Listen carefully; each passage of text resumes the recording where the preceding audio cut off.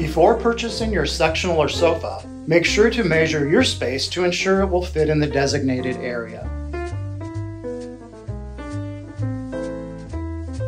Take notes on the width and depth of your space so you can reference this during your shopping experience.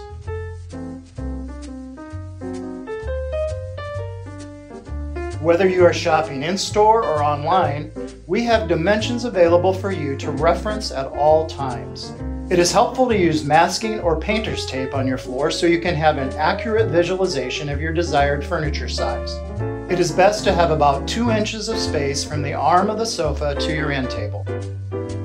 When shopping for new furniture, remember to bring measurements of your hall and doorways to ensure that everything will fit during the delivery process.